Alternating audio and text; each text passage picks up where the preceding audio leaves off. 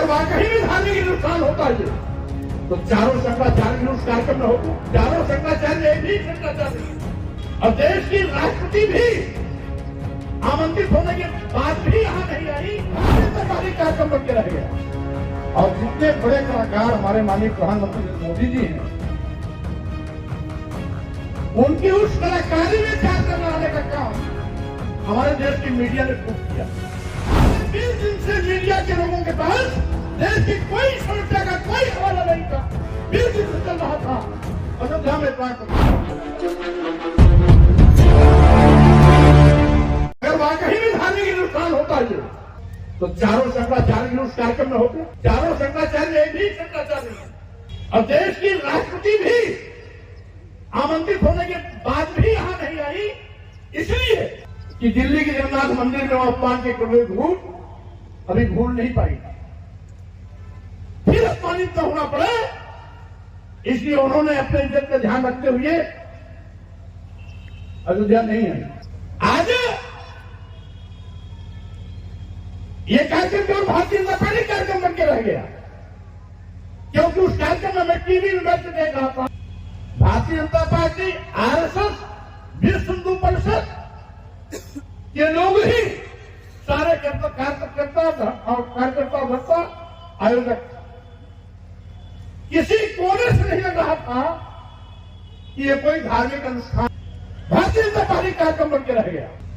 और जितने बड़े कलाकार हमारे माननीय प्रधानमंत्री मोदी जी हैं,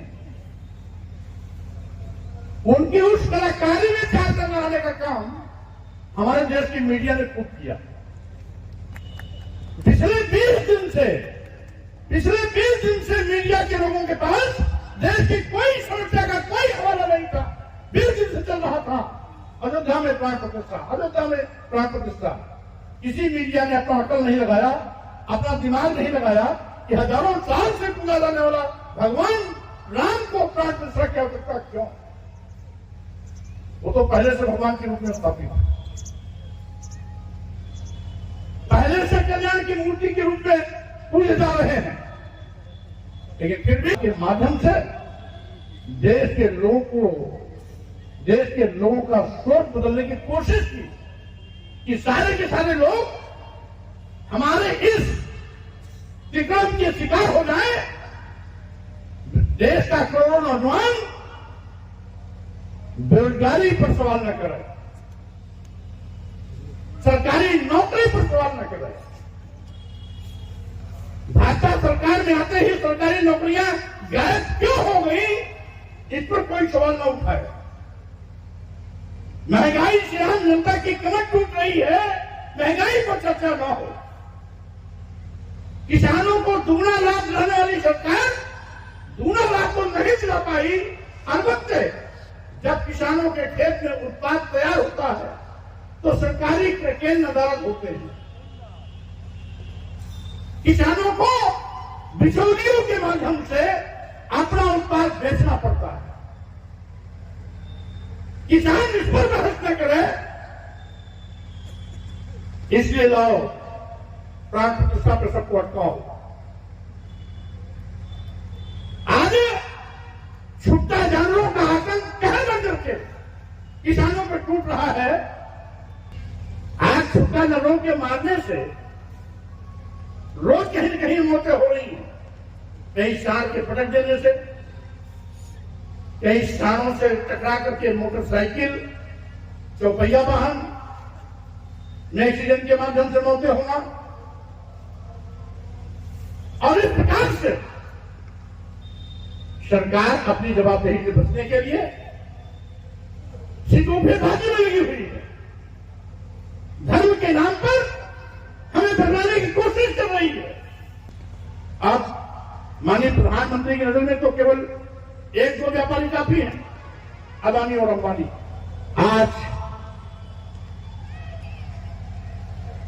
धर्म का नाम लेकर देश की जनता को गुमराह करना चाहती है। ये पहली विफलतम सरकार है जिसने देश को बेचने का पाप किया, देश बेचना शुरू कर दिया। आप जानते हैं देश के सभी बंदरगाह बेच दिए गए, सभी एयरपोर्ट पे दिए गए, एयर इंडिया पे दिया गया, देश के सभी रेलवे स्टेशन पे दिए गए, कई दर्जन ट्रेनें भी अपने चहेते उद्योगपतियों को दे दिया गया। एलआईसी जैसी बड़ी संस्था को भी अदानी के हवाले कर दिया। यानी ये सरकारी विभाग, ये सरकारी प्रतिष्ठान, ये सरकारी संस्थान जिनमें सरकारी नौकरियां मिलने की नौजवानों को उम्मीदें थी, वो अब अदानी और अंबानी के हवाले हो गई। देश बेचने का बात सरकार कर रही है, बुद्धिजीवी इस पर चर्चा न करें, मीडिया के लोग डिबेट में इस विषय को न उठाएं। देश का बेरोजगार नौजवान अपनी नौकरी की विषय में न सोच पाए, किसान अपना उत्पाद का सही दाम लेना भूल जाए, व्यापारी भी धर्म के नाम पर मुझ पर लट्टू हो जाए। इसलिए इस दुनिया भर का तिकड़म एक महीने से प्रचार प्रसार करके कल भारतीय जनता पार्टी का एक बड़ा जश्न पूरा हुआ अयोध्या। भाजपा की सरकार हिंदुस्तानी के रास्ते से चल रही है, लोकतंत्र खतरे में है